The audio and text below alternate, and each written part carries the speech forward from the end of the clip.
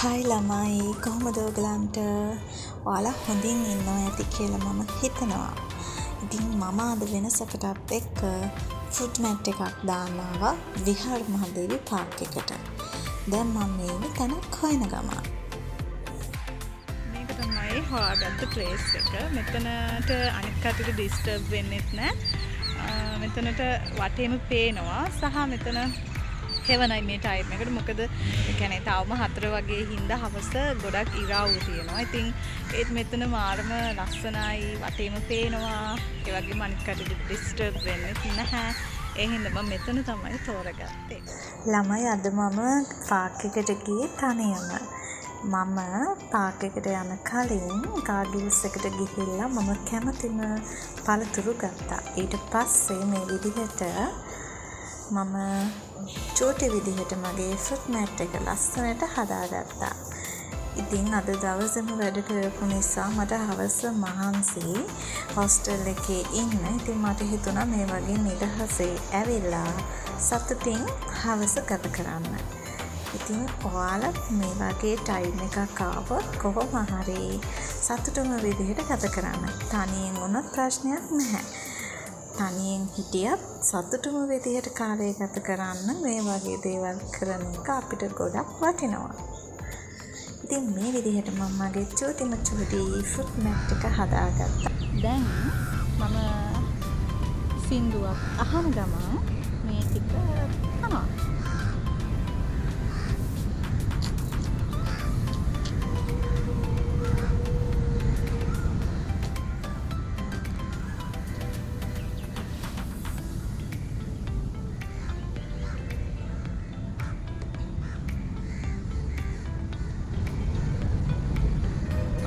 වතුර කියන්නේ විදිහට බොන්නේ මේ කූල් වෝටර් එකක්. මොකද මම පාට දීම જાති බොන්න කැමතිම.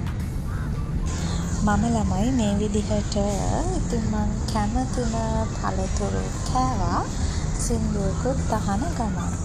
ඉතින් තව චූටි වෙලාවකින් අනාරාධිත අමුත්තු ටිකක් එනවා මගේ ෆුඩ් මැට් එකට. ඔයාලට වීඩියෝ එකේ පේනවා ඇති. අනාරාධිත අමුත්තු ටිකක් දැන් මගේ වටේ කැරකි තමයි ඉන්නේ. ඔයගලන්ට තව පොඩ්ඩකින් බලන්න පුළුවන් මගේ මේ අනාරාධිත ෆුඩ් මැට් යාළුවෝ කවුද කියලා. ඉතින් මම මේ විදිහට ගොඩාක් වෙලා මෙතන හරිම විනෝදයෙන් සතුටින් වටේ හොළඟ වැඩි සින්දුවකුත් අහන ගමන් චූටි කතාවකුත් කියවන ගමන් මේ ආහාරවල රස බැලුවා. මම ගොඩක්ම කන්න කැමති පළතුරු. ඉතින් ඒ හින්දා තමයි මම මේ විදිහට ගොඩක් පළතුරු අරන් ආවේ.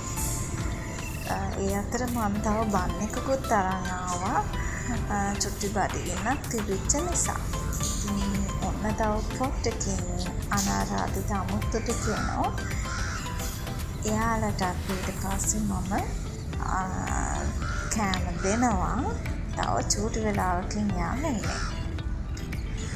මම මේ විදිහට ඇපල් ගෙඩි කපලා කාලා දැන් නම් ඇති වගේ කාලා යන්න කිට්ටු වෙනකොට තමයි මම අර කියපු අනාරාධිත අමුත්තු ටික එන්නේ මට.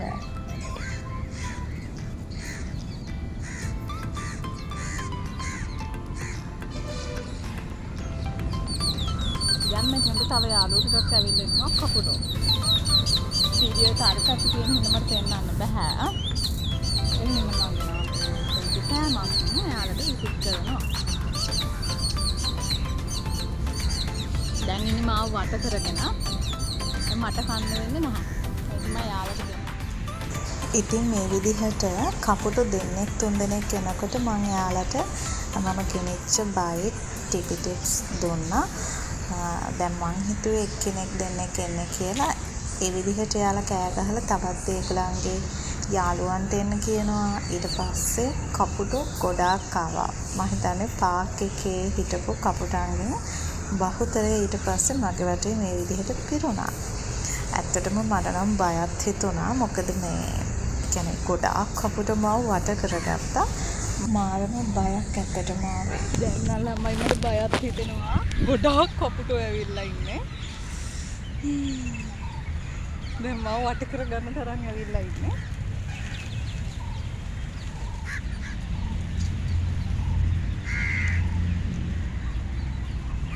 දැන් නම් මට මෙතන යන්න ඕනේ. මොකද මම ඇත්තටම දැන් බයයි. දැන් ගොඩක් වට වෙලා ඉන්නේ මගේ වටේ.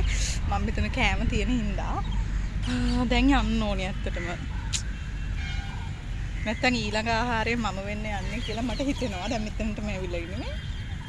ඉතින් මම අරන් ගියපු ගොඩාක් කෑම එයාලට දුන්නා. එයාලත් හැමෝම වගේ ඇවිත් මේ විදිහට කාලා ගියා. මං ඊට පස්සේ කපුටන්ට බයි කියලා පාක් එකේ ඇවිදින්න ආවා. මේ විදිහට මම කැමතිම ප්ලේසස් වලට මම මෙතන පොකුණ දෙහා බලා ඉන්න ගොඩාක් ආසයි. එතන බෙන්ච් වල වාඩි වෙලා අද වීකෙන්ඩ් නිසා අතන ගොඩාක් කට්ටිය ඉන්නවා. ඒ නිසා මට වාඩි වෙන්න බෙන්ච් එකක් තිබ්බේ නැහැ. මම ටිකක් වෙලා මෙතන බලාගෙන ඉඳ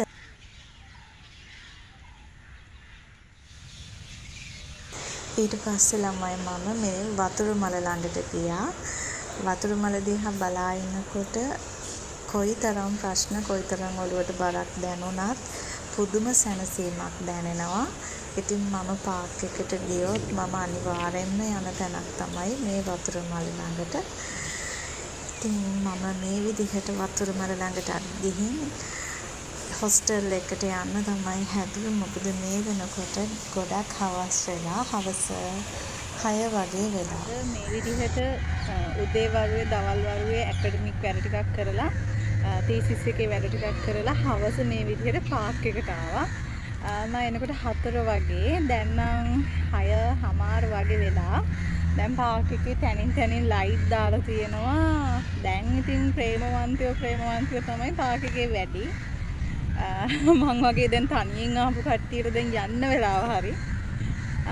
මම ඉතින් ෆෘට් මැට් එකක් දැම්මා තනියෙන්ම. ඊට පස්සේ ටිකක් ඇවිද්දා පාක් එකේ මං කැමතිම ප්ලේසස් වල. දැන් මං හදන්නේ හොස්ටල් යන්න. මොකද මේ කියන්නේ දැම්මට ඇති මං එහෙම දවස් 2-3ක් යනකොට ටිකක් එළියට ආවේ නැතොත් ඉතින් කොහේ හරි තමන් කැමතිම දෙහවක ගේ නැතොත් ටිකක් ඉන්න අමාරුයිනේ. ඉතින් මම මේ විදිහට හැමදාම ගොඩක් උදේ දවල්ට පාඩම් වැඩ කරනවා නම් හවසට අනිවාර්යයෙන්ම ටිකක් එළියට එනවා එන්ජොයි කරන්න. ඒකට මට ගොඩක් ලොකු දේවල් ඕන නැහැ. ගොඩාක් කට්ටිය එක්ක එන්න ඕන නැහැ. මම තනියෙන් ආවත් මට ඒක ගොඩක් ප්‍රමාණවත්. ඉතින් ඕගලානුත් වැඩ කරන්න ඊට පස්සේ පොඩි කියන්නේ ෆ්‍රී එකක් අපේ ලයිෆ් එකට ඕනි. එන්ජොයි කරන්න ඕනි. අන්න එහෙම ටයිම් එකක් වෙන් කරගන්න කොයිතරම් වැඩ තිබුණත් මම මේ ආවෙත් මගේ තීසිස් එක කරන අතරතුර ෆයිනල් ඉයර් අපේ එක්සෑම්ස් ඉවරයි, ලෙක්චරර්ස් ඉවරයි, හැමදේම ඉවරයි. ඒ වුණාට තව තීසිස් එක තියෙනවා. ඒක තියෙද්දි ඒකත් කරනවා. කරන්න නැත්තේ නැහැ. ඒ අතරතුරේ මම චුටි පැය දෙකක වෙලාවක් වෙන් කරගත්ත මේ විදිහට ඇවිල්ලා ටිකක් විනෝදෙන් ඉඳලා යන්න. ඉතින් මම දැන් නම් හදන්නේ යන්න. අද මං හිතනවා මං ගොඩක් එන්ජොයි කළා කියලා. ඒ වගේම මේ ඊළඟටත් මං යන්න හිතාගෙන ඉන්නවා. තවත් මේ වගේම ලස්සන හවසක ලස්සන ගමනක්. ඉතින් ගිහින් එන්නම්. ඔයාලට මතක් කරනවා මගේ වීඩියෝ එක හොඳයි කියලා හිතනවා නම් ලයික් කරන්න, කමෙන්ට් කරන්න. ඒ වගේම මාව සබ්ස්ක්‍රයිබ් කරපු නැති යාළුවෙක් ඉන්නවා නම් සබ්ස්ක්‍රයිබ් කරන්න අමතක කරන්න එපා. එහෙනම් යාළුවනේ බයි.